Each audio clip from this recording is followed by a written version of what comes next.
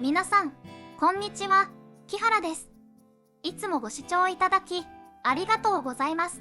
本日は、これから粘土造形を始める、初心者の方へのレッスンといたしまして、視聴者の方からご要望の多かった、頭部造形の基礎となる、頭部の基本形状の作り方について、解説していきたいと思います。視聴者の方も、一緒に粘土を手に、作りながら進めていただくと、わかりやすいと思います。それでは早速、始めていきましょう。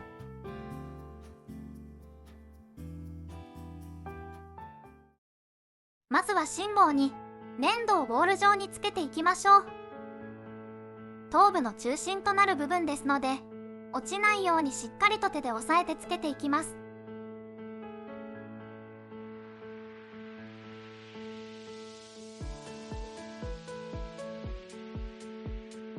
左上の図にあります通り、骸骨の赤丸の部分を作成していきます。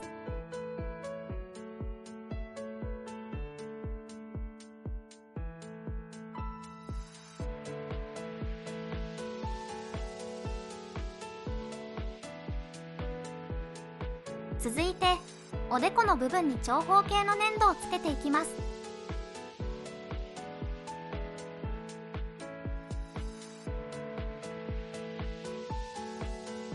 次に、顔となる部分へと粘土をつけていきます。顎の尖った部分の形状も再現していきましょう。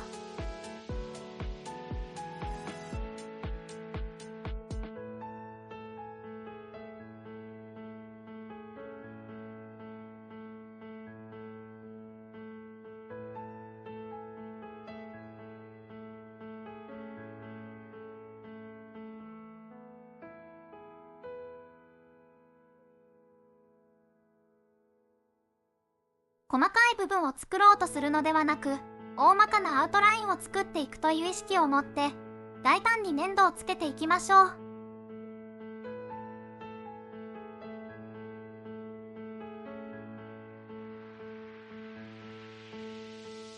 下顎骨の部分にも粘土を持っていきます。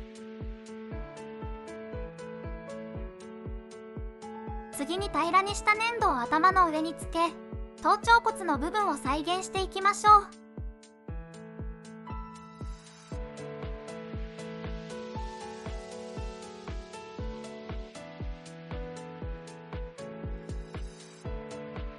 ここで一つチェックポイントです。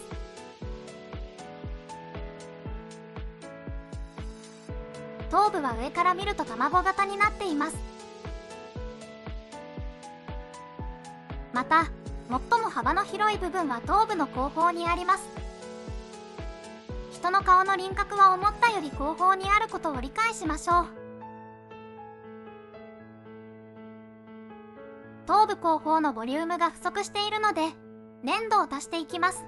卵型を意識して、形を整えていってください。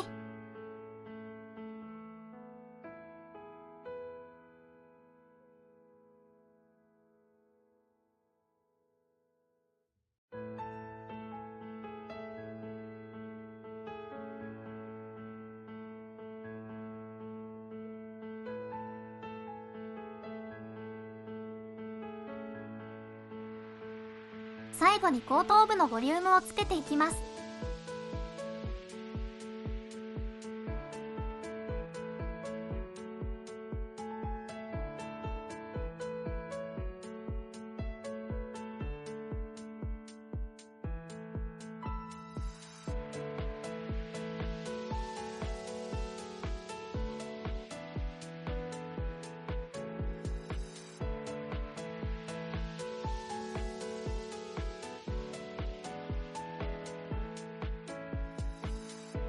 続いてレッスン2、首を作っていきましょう。まずは、首となる部分に粘土をどんどん持っていきます。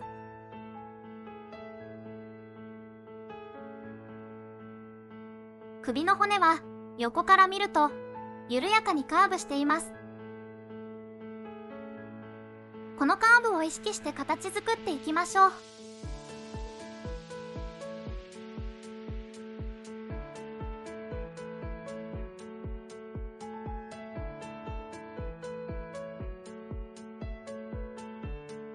モデルを注意深く見ながら形を整えていきましょう。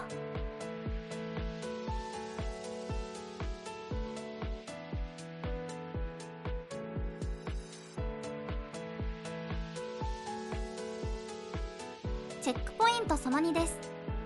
首がそれぞれ頭部と胴体部分にどのような角度でつながっているのか、斜線の角度に気をつけて造形していきましょう。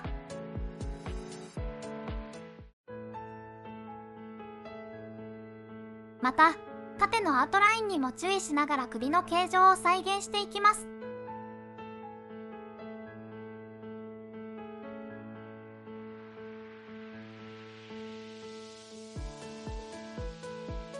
次に、首の筋肉である胸鎖乳突筋を再現していきます。棒状に伸ばした粘土を首の両サイドにつけていきましょう。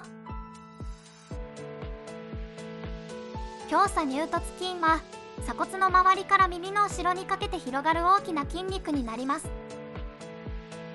外から観察できる筋肉のランドマークであり、再現することでリアリティを増すことができるでしょう。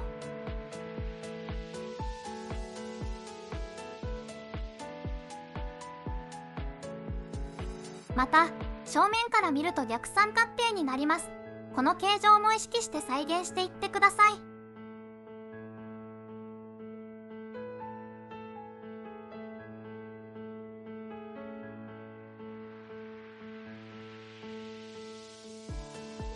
指で粘土をならしていきます。ならしすぎて凹凸がなくならないように注意しましょう。